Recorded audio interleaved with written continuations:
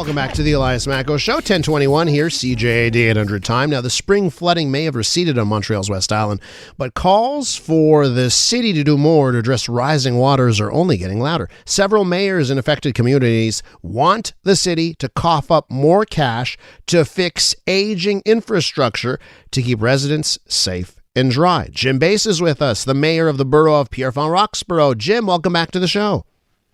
Elias, thank you for having me. So first things first, can I just get a bilan, the French word, the best word? I don't know. Can we just get a report here on what has happened so far in this spring flooding season? Are we out of the woods here? Tell me the latest from Pierrefonds-Roxboro. Look, right now we're at almost normal levels. I mean, we look back over 2 weeks ago, 3 weeks ago, and we had almost reached historic levels once again. That if we didn't have the temporary measures in place, I mean, we would have been hundreds of homes deep in water. And so it's thanks to, of course, the blue-collar workers, our internal plans that we have in the borough, of course, that keep us engaged and mobilized to put all these measures in place. And so we have been able to successfully protect our community, again, albeit with temporary measures, as we did in 2019. But boy, I tell you, over 2 weeks ago, we were in a serious predicament that could have resulted in disaster once again, as was the case in 2017. And what I've always said since 2017, this isn't sustainable. We can't continue to mobilize temporary measures to protect, the affected areas in my community and others throughout Montreal. And we see what happens throughout Quebec as well, with climate change being what it is.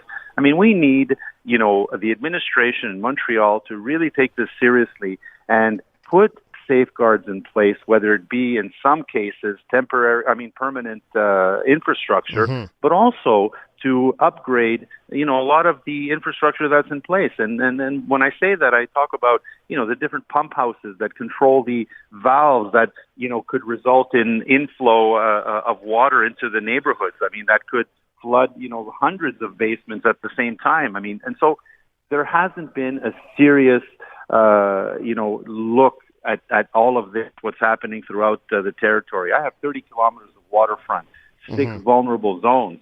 And not once did I get anybody from the administration calling me through the crisis to see, how things are going. Is there anything that we need? Do you need some support? I mean, they rely on their services to do that. And the elected body, in my opinion, who should be at least reaching out from time to time, didn't do that once. Okay, so Jim, that's discouraging. Jim, can we just start to say the quiet part out loud here? Because I'm looking at the, what Ensemble Montréal was saying yesterday, and I see you there. I see other officials from Ahuntsic-Cartierville and Île-Bizarre-Saint-Geneviève, and it's all ensemble people.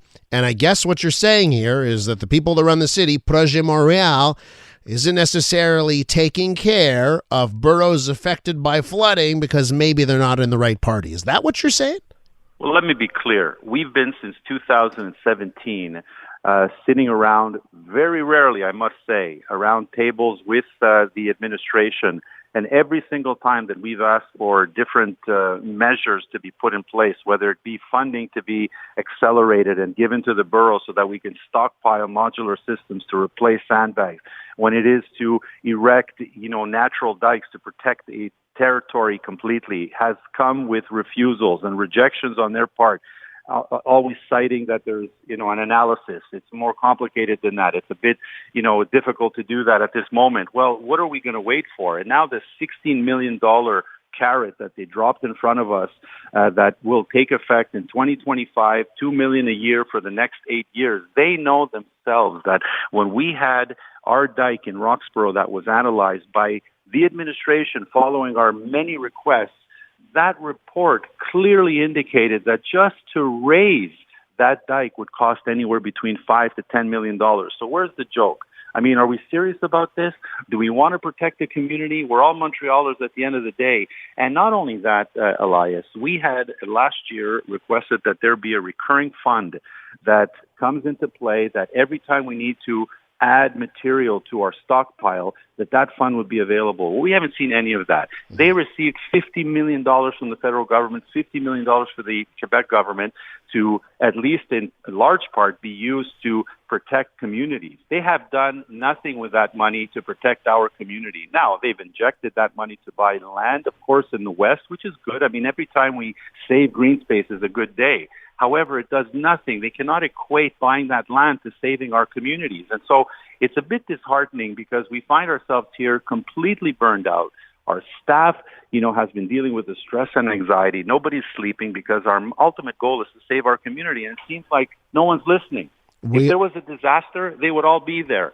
But we saved our community. So I'd like to say maybe we're, victims of our own success here. Okay, let's take a look at the cost of these things here. We're with Jim Beis, the mayor of the Borough of Pierrefonds-Roxboro. We're talking about mitigating flood risks as we see now many springs, waters reaching historic levels. So Jim, climate change is real. We have to deal with it. We just have to mitigate these things. Let's talk about the cost versus how many homes you are protecting. And so I want to know, if we were to make the infrastructure better, whether it's, the dikes or other infrastructure, is this a good way to spend taxpayer money?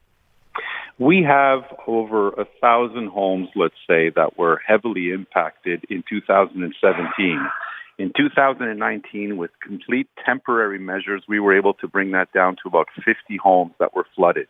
We know that it is doable. We also understand that we can't, erect these, protective walls throughout the territory on a permanent basis. That wouldn't be realistic. And so we know that to complement some of the temporary measures, certainly we can add some natural dikes throughout the territory, which we've identified already in advance and given to the City of Montreal.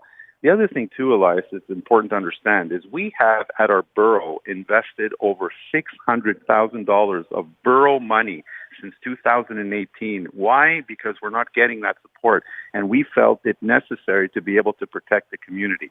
The government, once 2017 floods came into effect, if homes sustained over 50% damaged of the value of their home, they were asked to vacate their homes, and the Quebec government gave them $250,000 to vacate, and now these lots stand empty. Now, if it is a possibility or one of the solutions to look at some of these very vulnerable areas and to look at possibly buying out some residents, well, certainly the offer has to be strong enough, give them the market value, if not more, and ask them at that point to consider to leave. But at the moment, everybody's working piecemeal, and all we're doing is band-aiding a situation that, in our opinion, is possibly going to happen every year, every 2 or 3 years. And so is it sustainable to keep spending these millions of dollars in temporary measures when there are other options? It's really what we've said all along. And those other permanent options, I mean, listen, I just think about, the Netherlands, a third of the Netherlands is below sea level. They do just fine, right? So, but I know that's costly, right? So these permanent options, can you foresee the possibility we install some permanent options and then we don't have to worry every spring about things like this? Well, yes. In fact, we've already stated that in the center core of our borough, we have 3 pump houses that we've clearly identified that Montreal acknowledges that, in their defense, the waterworks services have been working with us for the last couple of years. However, there's no critical path in place, and there's no money that's been allocated for this work, which would protect at least the homes that are hundreds of homes in that area that could result in flooding from backflow from the river, let's say. So those automated systems would protect that. So there's a permanent solution. There's also permanent solutions like upgrading the pump houses that exist already on the territory. There's also, creating natural dikes that fit in well in the environment that they sit in, to give us at least an opportunity to apply the temporary measures throughout other areas and not concentrate on just doing that, year after year. And so certainly it complements some of the temporary work, but there are options, and we've clearly indicated all these options to the City of Montreal, and it seems like nobody's taking this seriously until there's another disaster like in 2017. And possibly they didn't come or didn't call or didn't show up in my community. It's because maybe we were successful in in holding back the floods, knowing that if we didn't have these measures in place, we would have been hundreds of homes deep. Jim, we got to leave it there. Thanks so much for coming on this morning. Always a pleasure talking to you. Thank you, Elias. You be well. Jim Beis is the mayor of the Borough of Pierrefonds-Roxboro.